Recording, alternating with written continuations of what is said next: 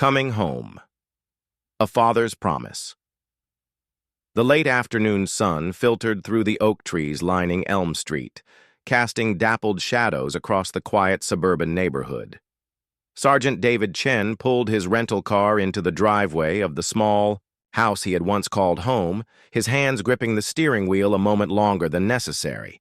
After 18 months deployed overseas, everything looked smaller than he remembered, yet achingly familiar at the same time. David sat in the car for a few minutes, gathering his thoughts and steadying his nerves. Coming home should have been the happiest moment of his deployment, but the circumstances surrounding this visit filled him with a mixture of anticipation and deep concern. He was here on emergency leave, called back because of troubling reports about his 8-year-old daughter, Emma. The divorce had been finalized just before his deployment. His ex-wife, Jennifer, had been granted primary custody, and David had reluctantly agreed, knowing that his military obligations made it difficult to provide the stability that Emma needed. He had trusted Jennifer to care for their daughter, despite their personal differences. But recent phone calls from Emma's school counselor had painted a picture that made his blood run cold. David stepped out of the car and walked slowly up the familiar path to the front door. The yard was overgrown, and the house showed signs of neglect that immediately caught his attention. Paint was peeling from the shutters, and the small garden that Emma had once helped him tend was now choked with weeds. Before he could knock, the door opened. Jennifer stood in the doorway, her appearance shocking him into silence. She had lost considerable weight. Her eyes were hollow and rimmed with dark circles, and her clothes hung loosely on her diminished frame. But it was the smell of alcohol on her breath, even at 4 in the afternoon, that confirmed his worst fears. "David," she said, her voice slurred slightly, "you're early." "Where's Emma?" he asked, stepping past her into the house without waiting for an invitation. The interior was worse than the exterior had suggested. Dishes were piled in the sink, laundry was scattered across furniture, and empty bottles were visible on various surfaces throughout the living room. The house that had once been filled with Emma's laughter and artwork now felt cold and neglected. "She's in her room," Jennifer said defensively.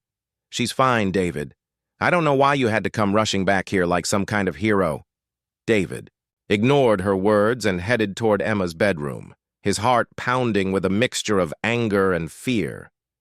He knocked gently on the door before opening it. "Daddy?" The small voice came from the corner of the room, where Emma was sitting on her bed, coloring in a notebook. When she looked up at him, David felt his world shift. His beautiful daughter looked thin and tired. Her clothes were too small for her growing frame, and there was something in her eyes that hadn't been there when he left. A wariness that no 8-year-old should possess. "Hey, sweetheart," David said softly, sitting down beside her on the bed. "I missed you so much." Emma carefully closed her notebook and moved closer to him, but her movements were cautious, almost hesitant. When she reached out to hug him, David noticed them immediately, the red marks on her arms. His breath caught in his throat as he gently took her small hands in his, examining the bruises that were clearly in the shape of adult fingers. "Emma," he said, his voice barely above a whisper. "What happened to your arms, baby?" Emma looked down at the marks, then back at her father's face. "Mommy gets upset sometimes," she said quietly. "When she's sad and the bottles are empty, she doesn't mean to hold so tight." David felt a rage unlike anything he had ever experienced, even in combat. But he forced himself to remain calm for Emma's sake. "Has this happened before?" Emma nodded silently, then rolled up her sleeves to show him older bruises in various stages of healing. "She says she's sorry after. She cries and says she loves me. But sometimes she forgets and gets angry again." David's hands trembled as he gently touched the marks on his daughter's arms. In that moment, he made a decision that would change both their lives forever. "Emma, listen to me very carefully," he said, looking directly into her eyes. None of this is your fault, and it's never going to happen again. Do you understand me? But, Daddy, you have to go back to the army, Emma said, confusion and fear evident in her voice. Not anymore, David replied with absolute certainty. I'm going to take care of you now. We're going to leave here together and you're going to be safe. Over. The next hour, David worked with quiet efficiency. He called his commanding officer and formally requested immediate discharge for family emergency reasons. He contacted a family lawyer and began emergency custody proceedings. He packed Emma's belongings, making mental notes of everything she would need for a fresh start. Jennifer had passed out on the living room couch, an empty bottle beside her. David felt a complicated mixture of pity and disgust as he looked at the woman he had once loved, the woman who had given him the greatest gift of his life, but who had failed so completely to protect that gift. "Is Mommy going to be okay?" Emma asked as they loaded her suitcase into his car. David knelt down to Emma's level, choosing his words carefully. "Mommy is sick, sweetheart. She needs help to get better. But right now, my job is to make sure you're safe and happy." "Where are we going to live?" "I have a friend named Marcus who has a big house with lots of room," David said. "He's going to help us while I figure everything out. And guess what? He has a daughter about your age named Emma, too. I think you two would really like each other." For the first time since David had arrived, his daughter smiled, a real smile that reached her eyes and reminded him of the happy little girl she had been before he left for deployment. 3 weeks later, David sat in a lawyer's office, holding the court documents that granted him full custody of Emma. Jennifer had agreed to enter a rehabilitation program and had voluntarily relinquished custody, recognizing that she was not capable of caring for their daughter in her current condition. David had been granted an honorable discharge and had already started working for Marcus Wellington's construction company.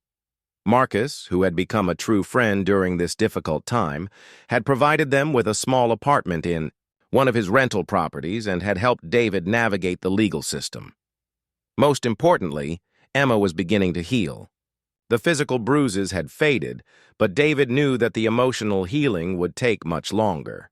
He had enrolled her in counseling and had made sure she understood that what had happened to her was not normal and was never acceptable.